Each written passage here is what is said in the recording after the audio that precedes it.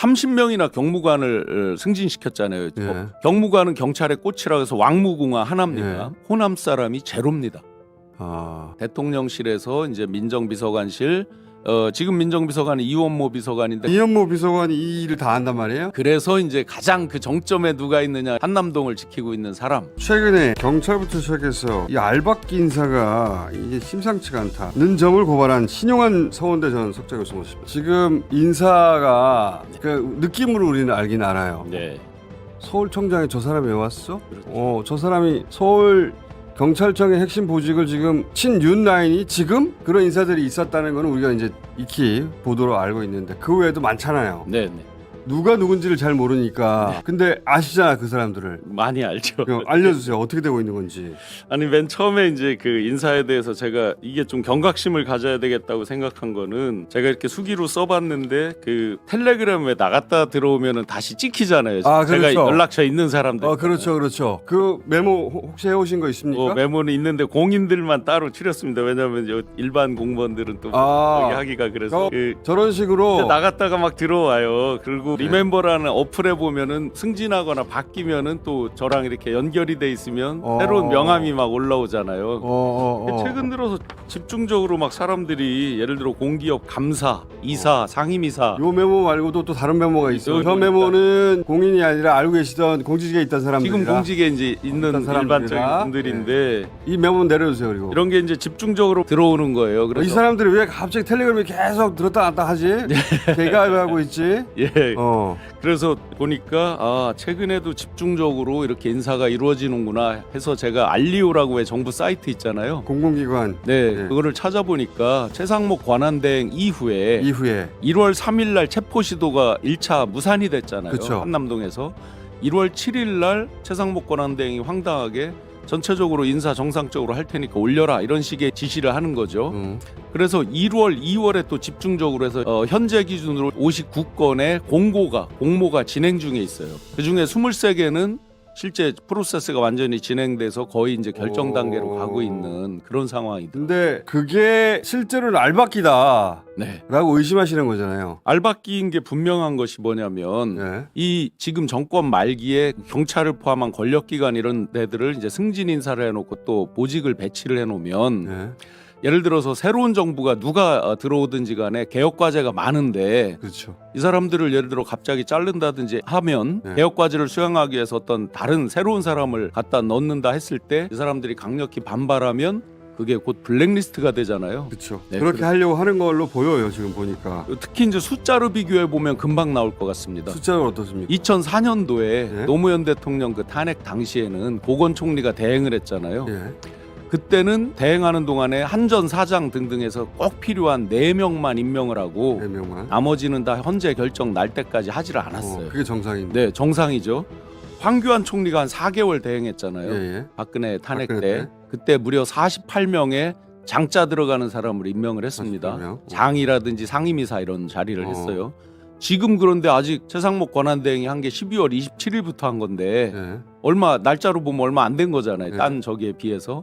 그랬는데 벌써 59건이 진행이 되고 있다. 그때보다 더 많이 하고 있구나. 네, 그렇다는 게 이제 굉장히 얄밖에 의심이 많이 드는 거죠. 근데 그 사람들을 보니까 내가 알던 사람이네 하고 계속 뜬다는 거죠. 대표적으로 한두 자리만 한번 말씀을 드려보면 예를 들어서 김문수 장관이 임명한 분이 있어요. 고용부 산하 기관에 뭐 실명으로 말씀드리긴 그렇지만 그분의 잘못이다가 아니라 시기상으로 내란 딱 일어나고 그 직후에 다 임명을 했어요. 그런데 전혀 그 일과 관계없는 대선 캠프에서 같이 일하던 분이에요. 그러니까 다 커리어가 보면 전부 대선 캠프에서 어디 뭐 지역 선대 본부장 또 캠프 내 어떤 직함 이런 분들을 지금 집중적으로 임명을 하고 있기 때문에 문제가 큰 거죠. 내 명함이 다 있는 사람들이네. 대선 네. 캠프 때 이 일했던 사람들이네. 그런 사람들이 집중적으로 지금 전문성과는 전혀 관계없는 그런 사람들이 이제 마구 임명이 되고 있어서 더군다나 부처별로 보면은 최근에 문화부 이런 데들은 훨씬 더 지금 문제가 심각해지고 경호처가 지금 문제가 많았잖아요. 그렇죠.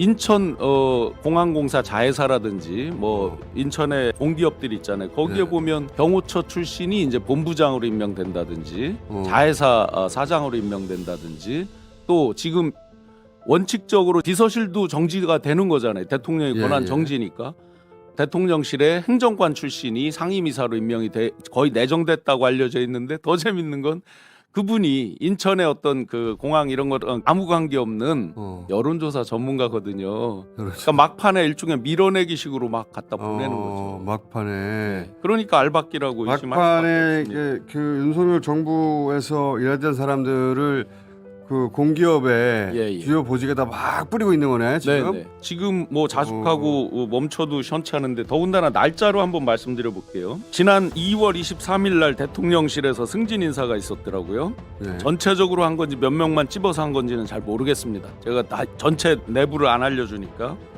이게 제 어플에 올라와요. 그 승진되고 한 사람들이. 그다음에 2월 8일 날도 또 있었고 요 시점에 또 우리가 주의해서 봐야 되는 게 지방공기업 이런 건 잘 눈에 안 띄잖아요. 네. 상대적으로 우리가 좀 뭐 전국적으로 이걸 관심 있게 안 보니까 그래서 상대적으로 눈에 덜 띄는 지방공기업 이런 데로 또 많이 보내요. 그래서 제가 같이 캠프에서 일했던 사람들 세 분이나 지금 최근에 지방공기업에 한 분은 상임감사 또 상근 부회장 상임이사 이런 식으로 쭉 배치가 되어 있습니다. 그러니까 자기 사람을 지금 마지막 인사권이라고 생각하고 마구 요직에 보내놓고 자기 세력을 유지하려는 거잖아요. 네. 그 사람들이 어딘가에서 먹고 살게 해준 다음에 그래야 자기 세력이 유지되니까 자기 세력이 흩어지지 않도록 그렇게 하는 의도가 있고 또 하나는 다음 정부 무슨 일하려고 할 때 이 사람들이 이제 걸림돌이 되도록. 그렇죠. 보통 임기가 최소 2년 그리고 2+1 또는 3년 이런 경우가 많거든요. 그러니까 지금 임명해 놓으면 앞으로 최하 2년 내지 3년은 그 사람들이 일종의 이제 블로킹을 해줄 수 있는 거고 더 심각한 거는 예를 들어서 권력기관 이번 내란죄에 대해서 어느 정도 감추거나 시간을 끌 수 있는 자리들이 있잖아요. 그렇죠. 경찰 같은 경우 지금 피의자로 전환된 서울경찰청장 자리에 박현수 씨를 임명했잖아요. 그럼 그분들의 그 소위 성장해온 트랙 레코드를 한번 보면 완벽히 친윤 내지 친김건희 인맥이다 이렇게 이제 볼 수 있는 사람들이 다수가 있는 거죠. 이미 이제 이거는 저만의 의심이 아니고 언론에도 이제 상당히 그렇게 나와 있죠. 이게 경찰 이야기가 나왔으니까 경찰 승진자들의 교수님이 보시기에 특징이 있습니까? 공통된? 아주 공통된 특징이 뭐가 있습니다. 있습니까? 대표적으로요. 첫 번째 30명이나 경무관을 승진시켰잖아요. 예. 경무관은 경찰의 꽃이라고 해서 왕무궁화 하나입니다. 호남 사람이 제로입니다. 제가 이제 경찰 인사를 좀 아는 거는 박근혜 정부 때 장관급 하면서 사회관계 장관회의 들어가서부터 이제 경찰 분들하고 편하게 지냈거든요. 어떻게 인구 비례로 봐도 30명 중에 한 명도 없다는 건 말이 안 되잖아요. 고의적 배제. 그래서 여기서 이제 승진 인사 전에 실제 찌라시가 도른 적이 있어요.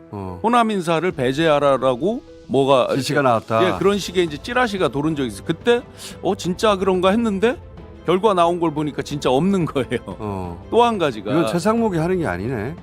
최상목 씨는 이미 이런 발언을 국회에서 한 적이 있습니다. 박현수 씨 그 서울청장을 임명할 때 이분이 그 뭐 행안부 장관하고 통화하고 피의자로 전환될 수도 있다 이런 질의를 의원님들이 하니까 자긴 몰랐다고 그랬습니다. 그러니까 이 최상목 대왕은 돈 한번 찍어주는 사람이 그렇죠. 그러니까 바지. 읽어보지도 않고 부하 직원한테 줬다고 하고 내용도 모르고 그럼 누가 하는 거예요 이거를 대체? 그래서 이제 강하게 의심이 나오는 게 대통령실에서 이제 민정비서관실 지금 민정비서관은 이원모 비서관인데 그 전에 이분이 이제 인사비서관을 했었거든요. 이현모 비서관이 이 일을 다 한단 말이에요? 아니 다 하진 않겠죠. 내 말은 자기가 이 의사결정을 하면은 최상목이 따르는 건 아니잖아요. 그래서 이제 가장 그 정점에 누가 있느냐 한남동을 지키고 있는 사람